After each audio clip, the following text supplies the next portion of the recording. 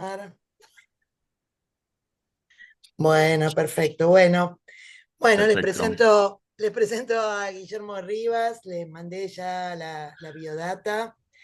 Sintéticamente se puede decir que Guille trabajó como director en empresas internacionales, sobre todo en la parte de textos. Corregime, Guille, Ujú. si luego como emprendedor y gestor cultural, desarrollando y diseñando librerías en distintos países de América Latina. Actualmente estás en Book Vivant, en Lima, As- Perú, Así es. y también sos coordinador de ferias independientes en Perú, presidente de la Asociación de Librerías Independientes y secretario general de la Cámara Peruana del Libro. En mis tiempos libres. Bueno, perfecto. Bueno, muchísimas gracias por estar acá presente. Y bueno, queríamos charlar un ratito con vos, hacerte unas preguntas. Bueno, largamos con las preguntitas. Dale, tranquila. ¿Se escucha bien mi voz? ¿Le llega todo? Sí. Eh, s- yo sí, yo escucho perfecto. Bárbaro. Listo. Preparado Bueno, entonces. vos sabés que estamos en el marco de la diplomatura de la UBA, de Saberes y Prácticas de la Edición y la Lectura, y el módulo es de Sociología de la Circulación. Por lo tanto, las preguntas van a rondar respecto de ese tema. Así que Bien, lo primero que bien. te queremos preguntar es si ves algunos cambios o qué cambios ves en la circulación en los últimos 10 o entre 10 y 15 años, más o menos, que has visto. Bien. Tengo obviamente mayor referencia práctica de Perú, bueno, es mi mirada más cotidiana, más allá que sigo muy conectado a Argentina y a través de la red de librerías independientes de Latinoamérica, y el foro de librerías que hacemos en Guadalajara todos los años, este, conecto con el resto de los mercados, ¿no?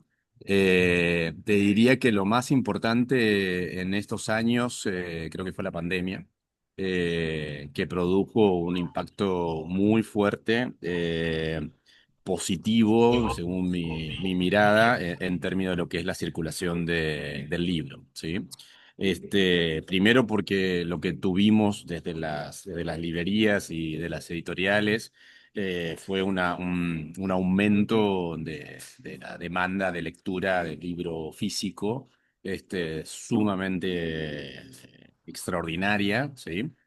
Yo por lo menos que llevo con librerías casi, y con el mundo del libro, ¿no? Trabajando más de 35 años, nunca había visto un salto tan grande, que no fuera producto de algún tipo de política pública, en realidad, ¿no? O sea, lo he visto cuando ha habido inversiones de parte del Estado, compras de bibliotecas, transformaciones en en la educación, de contenidos que hacen cambiar todos los textos. Esto vos lo viste también conmigo en algún momento. O sea, esos fenómenos que estaban más vinculados por ahí a acciones del mercado, básicamente acciones de política pública, no se dieron en este caso y se produjo como un fenómeno, no sé si llamarlo entre comillas natural, o social, mejor dicho, de un aumento de la circulación del libro, ¿no?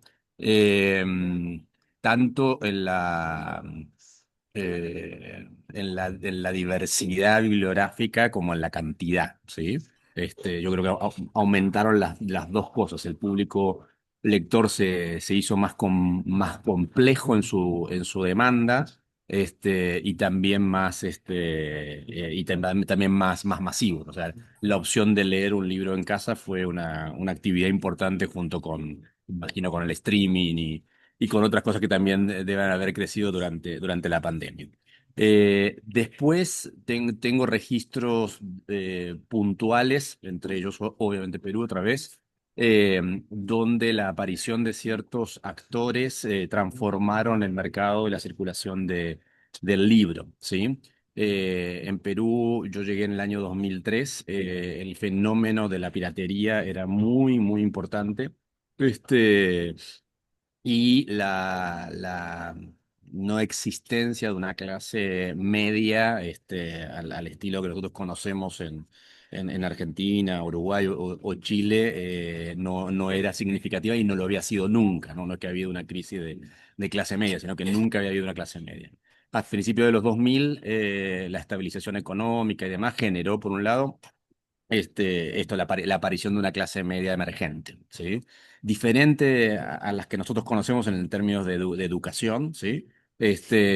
No había una política educativa que las fortaleciera, pero sí en términos, obviamente, de estabilización del ingreso económico y de la estabilidad de la economía y la política. Y por el otro lado, creo que la misma estabilidad económica generó que apareciera, en el caso de Perú, un inversor que fue el Grupo Prisa, los dueños de Santillana, que trasladaron un proyecto que tenían en España llamado Crisol, de librerías, y abrieron 3 librerías aquí en Perú, al mismo tiempo que estaban comprando Fausto en Argentina, ¿sí? Fue la primera aparición así fuerte de un inversor extranjero en Perú la circulación del libro, en este caso en librerías. Pero al mismo tiempo que abrían este proyecto, a los 2 años, el proyecto fracasaba en España. No tengo bien claro por qué, pero la cadena de librerías del Grupo Prisa Santillana no funcionó y la empezaron a cerrar. Y en Argentina venden Fausto a Cúspide, si te acordás, ¿no? Este, pero en Perú también la vendieron, pero más por un tema de salirse del negocio, la quisieron salirse. Fue la previa a la venta después de Alfaguara. Y se lo vendieron a un grupo económico peruano que pasó de tener 3 tiendas a tener 35 tiendas.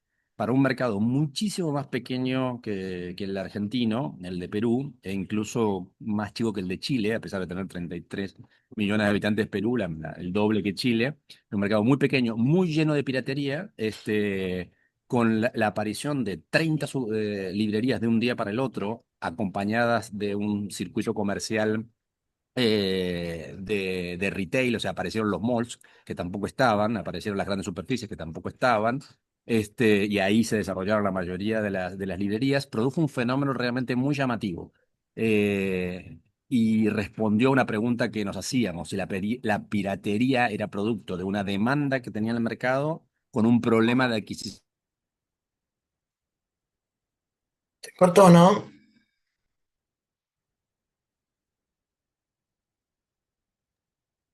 Sí, se salió de... Ahí está. Se apagó Sí. y apareció de vuelta.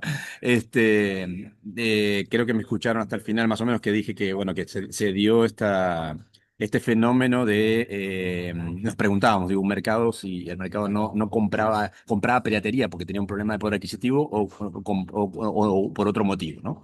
Y ahí descubrimos que efectivamente no era un problema de poder adquisitivo, o sea, que la gente que quería leer o podía leer o tenía condiciones para acceder a la lectura no tenía un problema de dinero estrictamente, sino que tenía un problema de oferta. ¿Sí? No estaban los libros. Entonces compraba piratas porque no encontraba los libros. A mí como editor me pasó, o sea, yo un día me encuentro en la esquina de un semáforo con un señor pirata vendiendo libros, se me acerca y me estaba ofreciendo un libro que mi editor en España me había presentado hacía un mes, ¿sí? Que yo no había sido capaz de traerlo al país ni ponerlo en venta en el país, porque además no había tampoco tantas librerías. Entonces, ahí yo terminé como de concluir, y creo que muchos conmigo concluyeron lo mismo, de que el problema era que los piratas eran buenos ofreciendo los libros que no llegaban a Perú, más que el tema del precio económico. Entonces, en el momento que apareció 35 librerías, casi de un día para el otro, esto produjo una mejor oferta y por lo tanto el mercado se disparó, la circulación del libro, la venta del libro se disparó, y la piratería bajó radicalmente, ¿sí? Y no es porque los libros efectivamente vinieran más barato que los piratas, sino porque vinieron los libros. ¿Sí? Así que te diría que en el caso de casi todos los países de Latinoamérica que conozco, el tema de la pandemia creo que colaboró en este sentido, por una práctica cultural de lectura que se transformó, y eso cambió la circulación del libro. Y en el caso de Perú, y creo que en algunos otros mercados, no tengo una data tan clara como la de Perú, obviamente, también cuando hay esta movida de una mejor oferta de libros y de librerías y de editoriales, la cuestión cambia. Y ahí viene otro fenómeno que lo dejo después si querés que lo sigamos profundizando, que es Busca Libre, ¿sí? Que yo creo que ha tenido un gran impacto en el tema de la difusión y la mayor circulación del libro. Pero no quiero hablar mucho por capítulo.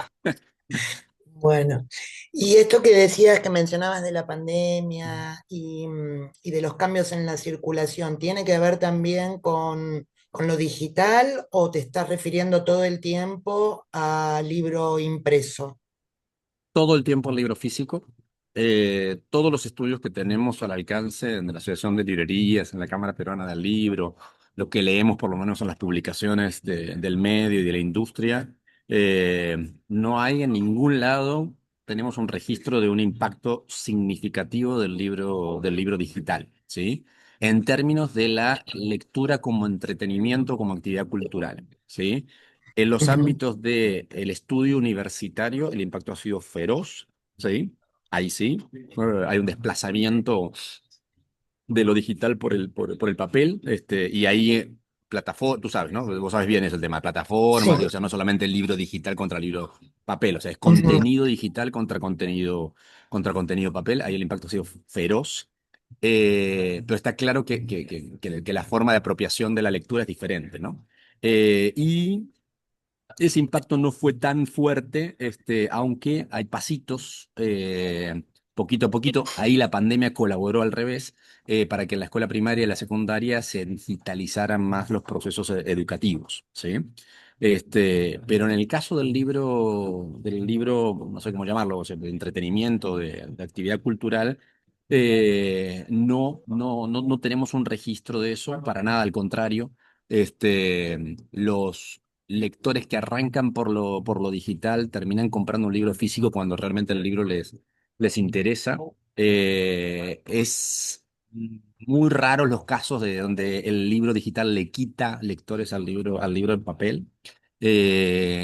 Así que no, cuando yo te hablo de circulación, sí te hablo todo de papel, porque no tenemos un gran registro de aumento de lo digital. Incluso no porque lo hayamos obviado o evitado o combatido, sino porque lo hemos intentado, ¿no? O sea, hay proyectos, por ejemplo, como el de Bibliomanagement, ¿sí? este, que de alguna forma está entre lo digital y lo físico. Lo que ofrecen es impresión bajo demanda. Tú puedes enganchar su base de datos de miles y miles de libros a tu página web de librería. La gente puede comprarte el libro y le pides a la imprenta local, representante de esta red, que te imprima el libro para la mañana, y te lo imprimen y te lo mandan, ¿no? Entonces, digo, hemos tenido como propuestas de ese tipo, en teoría, para combatir lo digital, y no, o sea, y no ha habido espacio para que la gente se vaya corriendo a un libro digital. Incluso yo he armado clubes de lectura a veces, que se han enganchado gente que no estaba en el país y que no le podíamos mandar el libro y no lo conseguía en su mercado y demás. Y nosotros mismos tenemos que a veces bajarle el libro, comprarlo en Kindle y mandárselo para que lo tuviera, porque no era algo que se les ocurría como primera instancia. Sí, también hay un fenómeno con el audiolibro, que lo pusiste por ahí en una de las preguntas, creo, eh, pero que también lo sentimos como favorable. O sea, de hecho, yo me convertí en un consumidor de audiolibros. O sea, es tanta la cantidad de libros que a veces tengo que consumir por un tema de conocer algo del libro y no me interesa nada, pero como soy librero tengo que saber alguna cosita del libro. Entonces no me da el tiempo ni la gana de leérmelo, así que pum, pongo el audio, voy manejando, voy corriendo, voy por donde voy. Y consumo un montón de libros, audiolibros. Y así también hay un montón de gente que tema tiempo, etcétera, etcétera, pero finalmente, cuando les gustó el libro, se vuelcan al papel.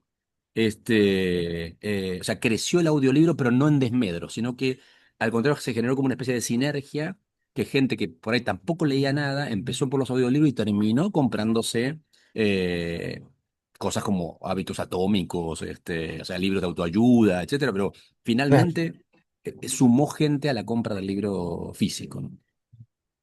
Qué bárbaro, qué interesante eso, ¿no? Porque lo mismo con el libro digital, mencionabas. O Ujú. sea, todo Sí, finalmente redunda en más libros impresos. Está sí, y bien. yo creo que tiene que ver con una cultura que se instaló con mucha fuerza, que no tengo un concepto exacto para denominarla, y acá los especialistas lo podrán hacer mejor que yo, pero algo así como una especie de fetichismo del objeto, ¿no? Eh, la sensación física de poseer el objeto libro Ujú. se convirtió en un valor en sí mismo, ¿sí? Tiene un valor frente a las sensaciones personales, pero también tiene un valor frente a la visibilidad dentro del contexto social, Claro. que te vean con un libro en la mano es mejor a que te vean con un celular en la mano, en estos Claro. contextos de clases medias emergentes o de clases medias también que van debilitando, aunque sea, dicen, bueno, aunque sea me ven con un libro en la mano, sigo pareciendo de clase Mm. media. Este, Y todo es tal. inconsciente, todo es está en el inconsciente colectivo, obviamente, ¿no? Pero incluso en el momento que se declararon la muerte del libro, vos te acordás en el 99, 2000, todos los congresos Ujú. giraban alrededor, pues muchachos, ya se muere el libro, listo, Sí. prepárense. En ese momento se produjo como un quiebre, que además fue acompañado incluso con concentración de compras de editoriales independientes por los grandes grupos, y al mismo tiempo, ya para el 2005 teníamos más editoriales independientes que nunca y más editoriales de libro objeto que nunca. El fenómeno de una editorial que a mí me gusta mucho y que incluso distribuyo yo acá en Perú, que se llama Libros del Zorro Rojo, una editorial nacida en Barcelona, pero fundada por dos argentinos, que puso en esencia esta idea del libro absolutamente objeto, ¿sí? Donde la ilustración es lo que más vale del libro, más que el contenido mismo. Son una de las muestras de un fenómeno impresionante de crecimiento de cantidad de sellos editoriales y de editoriales vinculadas al libro como un objeto fetiche. ¿Sí? O sea, la Ujú. gente a mí me compra libros de Zorro Rojo porque son de Zorro Rojo, porque quiere acumularlo. Voy a decir, pero estos son infantiles, estos son para adultos. No, no, no. No importa para qué público en teoría objetivo es, sino que me importa poseer el libro por su textura, sus dibujos, etcétera, etcétera, etcétera. Lindo. Capital cultural también, diría Bourdieu, Mm, ¿no? exacto, Mm. exactamente. Bueno, Guille, te queremos preguntar también por las estrategias que utilizás para llegar a los lectores. Sabemos que tenés una actividad importante en Instagram, por lo menos yo te veo ahí. Sí, Así que bueno, si nos querés contar un poquito de eso, cómo llegás a los lectores y luego el tema de las ferias también, que es muy interesante. sí. Mira, yo tengo una reflexión con esa que es una reflexión colectiva, además, no es solo mía. Eh, Todos los que estamos en el mundo del libro como otra vez como entretenimiento, como objeto cultural, etcétera, independiente de qué, diría un hermoso libro que escribieron Hernán Echagüe y Malumián, en Fondo Cultura Económica, que hablan de la edición independiente.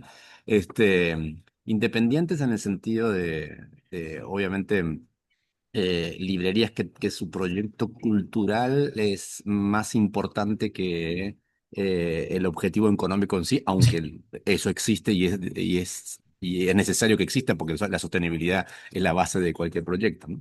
Independientes porque además quien los llevan adelante son los mismos dueños que están ahí, ¿no? Nosotros decimos siempre en la Asociación de Librerías Independientes cuando hay un dueño en una oficina y tiene 50 librerías, obviamente ya los criterios de independencia se van un poquito en función de las estandarizaciones, del mercado, etcétera, que no decimos que sea malo, sino solamente que eso es lo que diferencia una cosa de la otra. Entonces, esta reflexión colectiva que tengo que hay alrededor de lo independiente tiene que ver con el tema de la experiencia, ¿no? Si a principios del siglo XX la librería se definía como un espacio cultural a cargo de un gestor, ¿sí?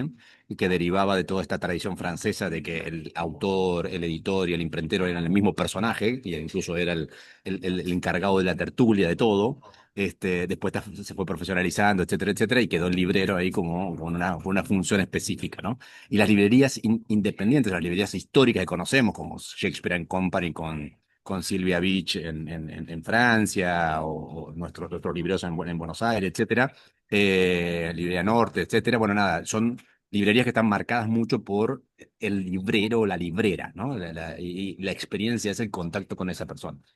Nosotros en la modernidad, si quiere, o en la actualidad, trabajamos más, más allá de la librera o del librero, o sea, la experiencia de la librería en sí, que puede ir de cosas muy básicas como la temática, una librería específica, ¿sí? Aquí hay una bellísima en el distrito de Barranco, en Lima, que se llama Placeres Compulsivos, una librería solo de autoras mujeres, y ya hay muchas, ¿no? En varias ciudades.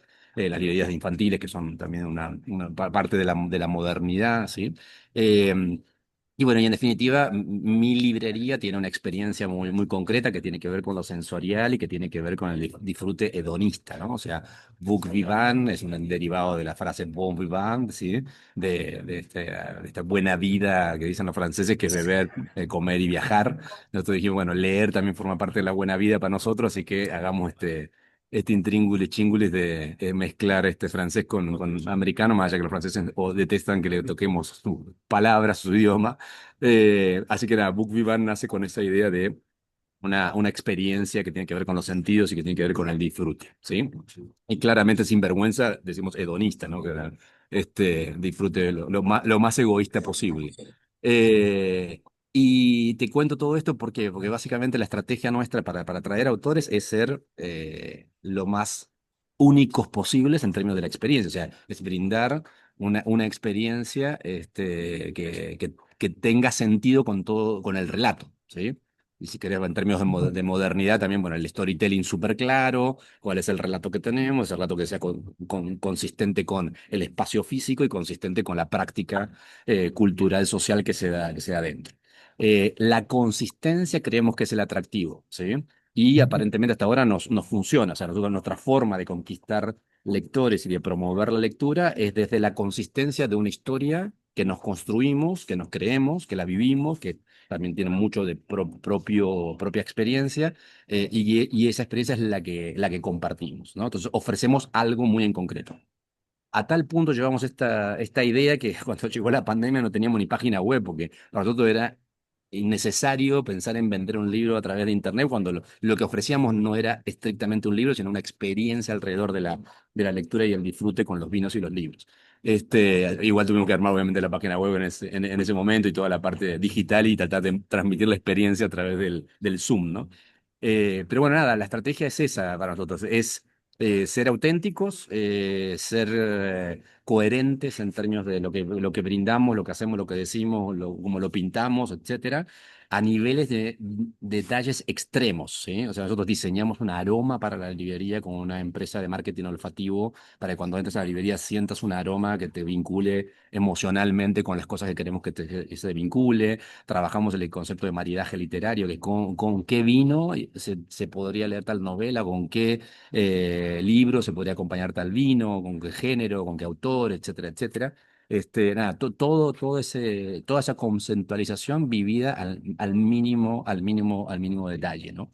Y lo otro que desarrollamos un poco por inspiración del libro que nos llevó a abrir esta librería que se llama 84 Charing Cross Road, el libro de Helen Hanff, un libro editado por Anagrama, que son unas cartas que escribe una guionista norteamericana en los años 40 a una librería en Londres que está en la dirección 84 Charing Cross Road.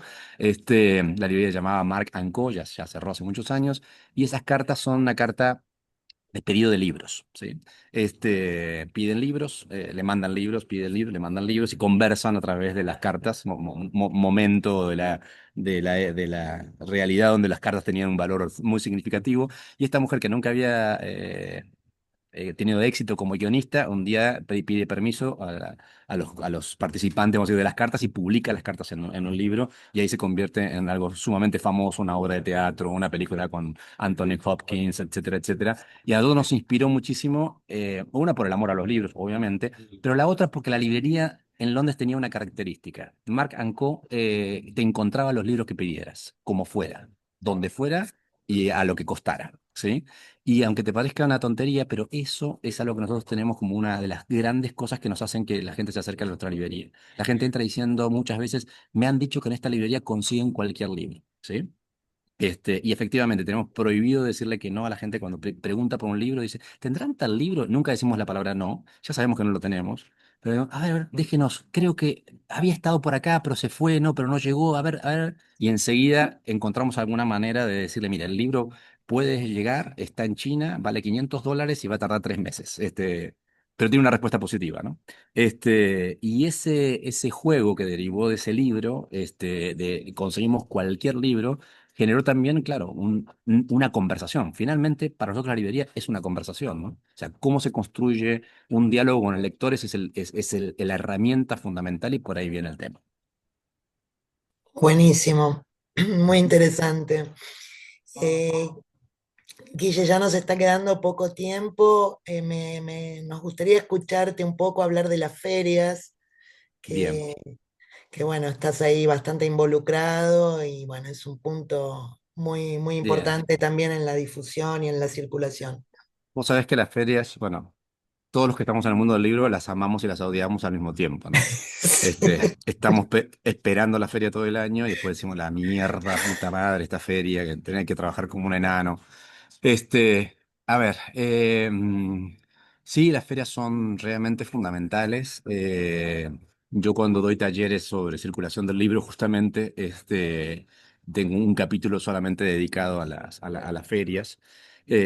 Primero, por esto último que acabo de decir, la feria es la oportunidad más que para la librería, para el editor, por eso para mí las ferias son más de editores que de editores o importadores distribuidores, o sea, representantes de editoriales, para tomar contacto con el público directamente, ¿sí?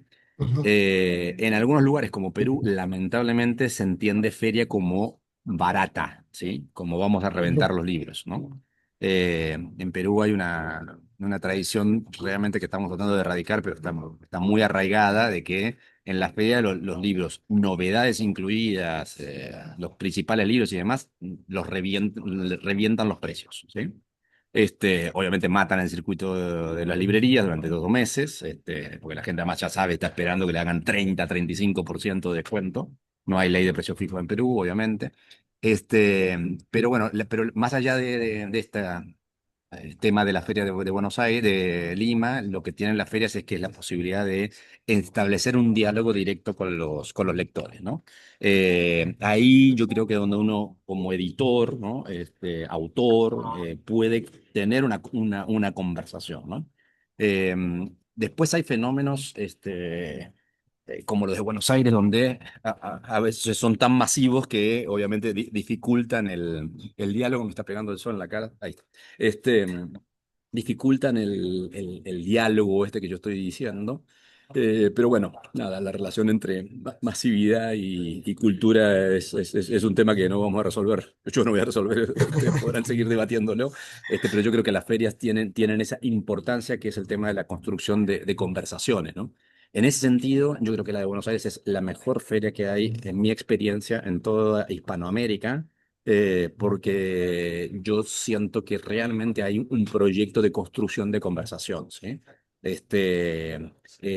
No por los grandes eventos, no solamente, perdón, por los grandes eventos, sino porque hay una infinidad de entramados de conversaciones dentro de la Feria de Buenos Aires que es realmente alucinante, ¿no? No existe eso en Guadalajara, no existe eso en la Feria de Madrid, o sea, no hay una feria equivalente de España a las nuestras. La de Madrid sería como lo más parecido.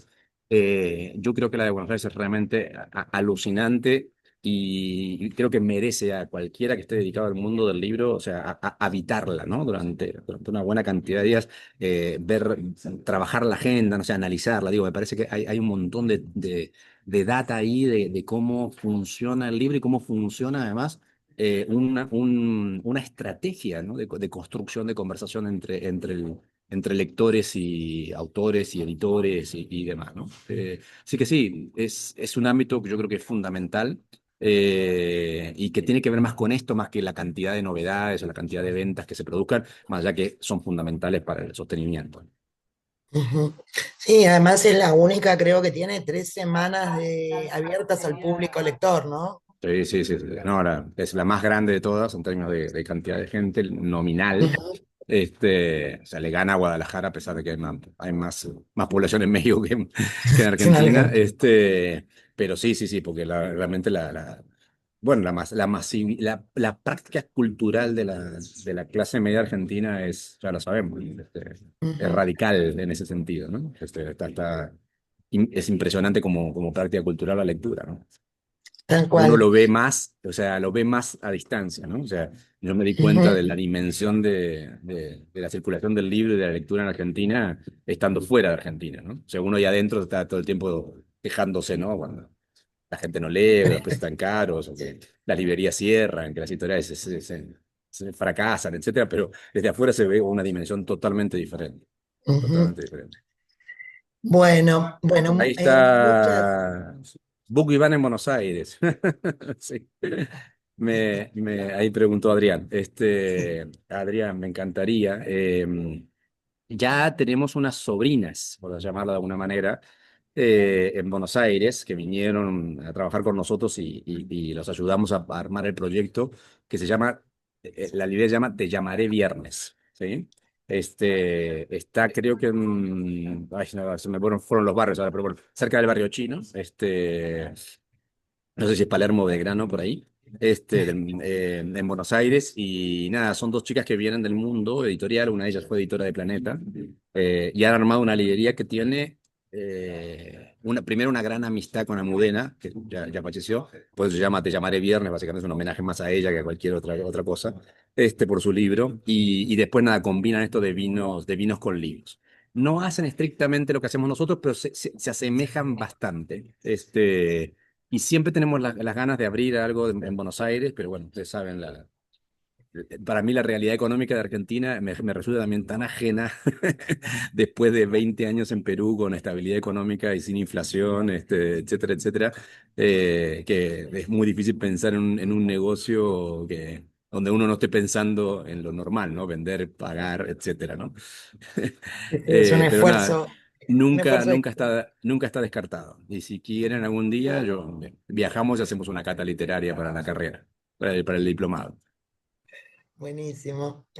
Bueno, tenemos 3 minutitos. No sé si alguien quiere preguntar algo, como para aprovechar a Guille.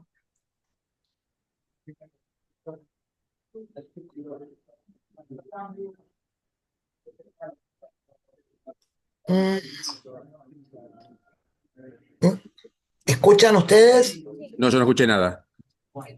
Adrián, estás hablando, no se te escucha bien. No, no, no. ¿Ahora se me Ah, escucha? No, no. sí, ahí se te escucha. Perdón. Bueno, no, un placer escucharte, Guillermo, un gusto. Gracias a vos. Eh, bueno, yo quería hacer una pregunta que hice también en otro módulo de la diplomatura, pero que ahora quizás por el paralelismo con el mercado de librerías en Perú me interesa también, en este caso, escuchar tu experiencia que tiene que ver, y lo mencionaste, con la diferencia que pudiste tener trabajando en Argentina con respecto a la ley de precio fijo, la experiencia actual, qué impacto crees que pudo llegar a tener, qué diferencia a nivel mercado pudo llegar a tener esa ley. Mira, bueno, tengo mucha posición ideológica con el tema, así que pues, obviamente hablo más por ahí si querés de la posición que de la experiencia en sí. Estoy muy a favor de la ley de precio fijo y de hecho creamos la Asociación de Librerías Independientes con 4 o 5 ejes. Uno de ellos es el tema de la ley de precio fijo que no hemos logrado, ¿sí? Por lo menos logramos ya una ley del libro que no había en Perú y logramos que el IVA ya esté totalmente quitado por ley de los libros en Perú, ¿no? Está claro que no es imposible desarrollar el mundo independiente sin ley de precio fijo, pero sería mucho más fácil desarrollar las librerías independientes y las editoriales independientes con ley de precio fijo. ¿Sí? Yo creo que una de las condiciones que hace que Argentina, España, Francia, Alemania, o sea, todos los países que tienen ley de precio fijo, México incluso también, ayuda, ¿sí? No es condición sine qua non, pero ayuda mucho a un desarrollo de un entramado más bibliodiverso, ¿sí?